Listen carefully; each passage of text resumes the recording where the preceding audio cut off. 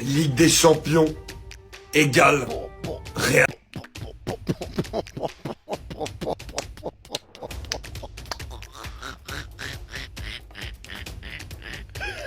Wow, wow, wow.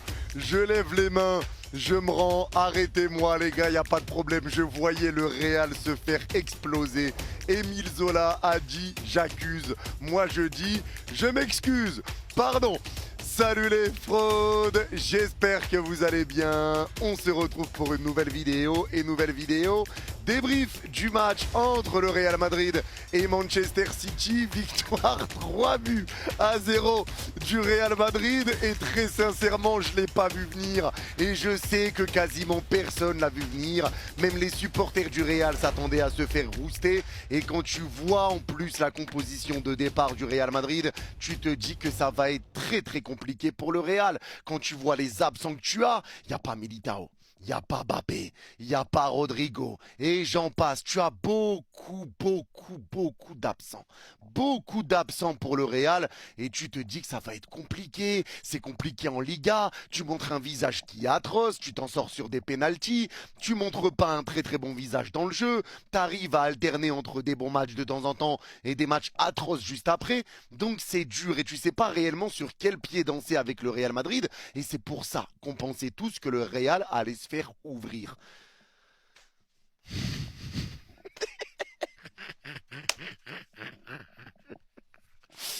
Mais le foot, c'est pas ça. Le foot, c'est pas ça. La Ligue des Champions, c'est le Real Madrid.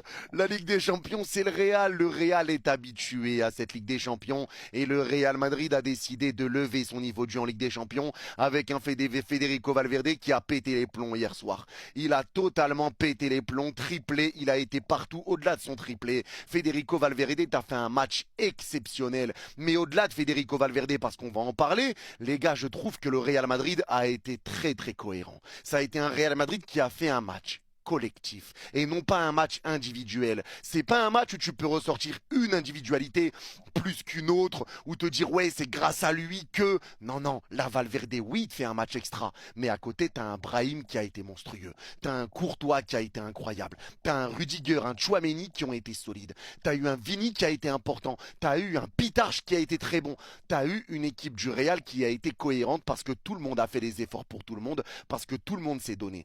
Et j'ai cette sensation là que Manchester City, ils sont arrivés un petit peu comme tout le monde pensait qu'ils allaient arriver et comme tout le monde pensait que ça allait se passer. C'est-à-dire un City qui vient jouer très haut, un City qui vient essayer de gêner le Real Madrid et un City qui laisse beaucoup d'espace dans son dos. Mais t'as oublié que le Real Madrid aime ça. Le Real Madrid aime avoir de l'espace dans son dos. Le Real Madrid aime repartir rapidement vers l'avant. Le Real Madrid reste un danger dans ce style de jeu-là. Le Real Madrid aime ça. Et je pense que Manchester City a peut-être sous-estimé le Real.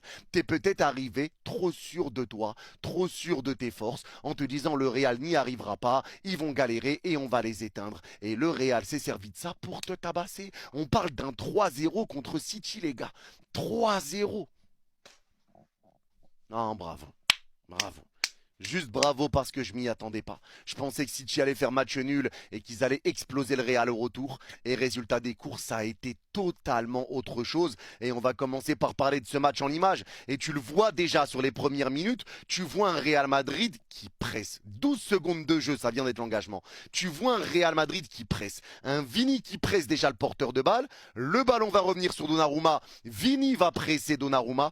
Et un Brahim Diaz qui voit que Donnarumma va écarter sur le côté et repartir avec Diaz, et Brahim Diaz va presser Diaz, ce qui fait que le Real Madrid va être haut sur le terrain. Ça va forcer Diaz à mettre un long dégagement loin devant parce que Valverde prend déjà O'Reilly sur le côté et ça va permettre au Real Madrid de récupérer le ballon au milieu de terrain avec une prise à 3.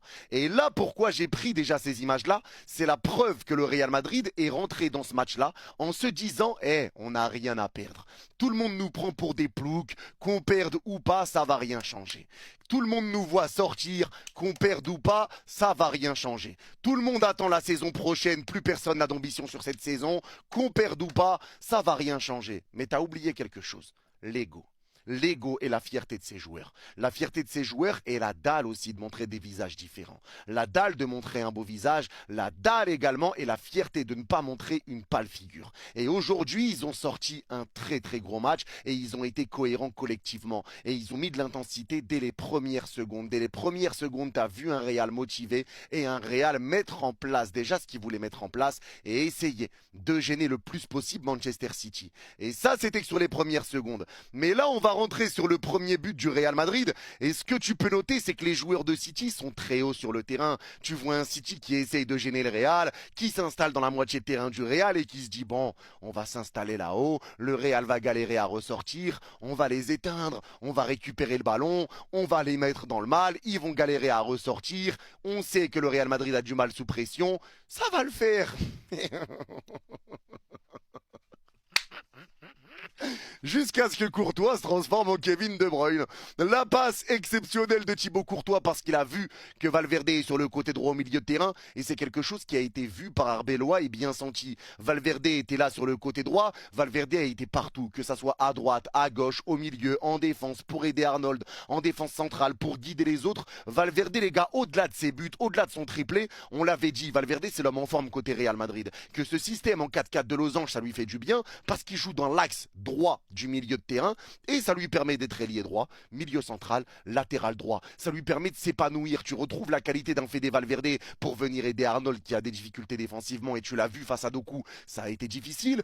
Tu permets d'utiliser Fede Valverde sur ses qualités, c'est-à-dire les frappes extérieures-surface, etc. Et tu as un Fede Valverde qui est libre offensivement. Donc c'est un Fede qui va faire des efforts au milieu, qui va faire des efforts offensifs, qui va faire des efforts défensifs.